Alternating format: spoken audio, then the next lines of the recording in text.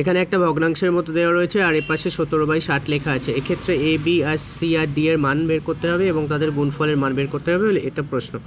এখন এটা করব কি করে? এই যে 17/60 দেওয়া রয়েছে সেটাকে আগে উল্টে নেব, 60/17 করে নেব, অর্থাৎ এখানে যে ভগ্নাংশ থাকবে সেটা উল্টে নিতে হবে। 60/17 করে নিলাম এখানে আছে বলে।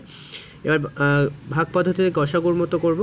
এই 60টাকে ভেতরে লিখব, 17 ঘরে নামতে পড়ে 3 বার গেলাম, 51 এলো, 9 বিয়োগ করে নামলো, 9 এখানে থাকলো, আর এই 17কে আবার এখানে আনতে হবে, 9কে 9, 8 বিয়োগ করে নামলো, এবার এই 8 এখানে রইলো, আর এই 9টাকে এখানে আনতে হবে, 8কে 8, এই 8 হলো, 1 বিয়োগ করে নামলো, এবার এই 8টা আবার এখানে চলে আসবে, 8কে 8ও হয়ে গেল। এবার এখানে যে ভাগফলগুলো এলো, এই ভাগফলের মধ্যে 3 হচ্ছে এ, 1 হচ্ছে বি, আর 1 হচ্ছে সি, আর ডি হচ্ছে 8। এবার এ আর বি আর সি আর ডি এর মান বের করতে বলেছে। 3 গুণ 1 গুণ 1 গুণ 8 মানে 3 8 24। এভাবে সহজেই এই অঙ্কটার মান নির্ণয় করা যায়। এই ধরনের কন্টেন্ট নিয়মিত প্রতিদিন পেতে চ্যানেলটি সাবস্ক্রাইব করে সঙ্গে থাকুন এবং অন্যান্য ভিডিওর জন্য চ্যানেল পেজটি ভিজিট করুন।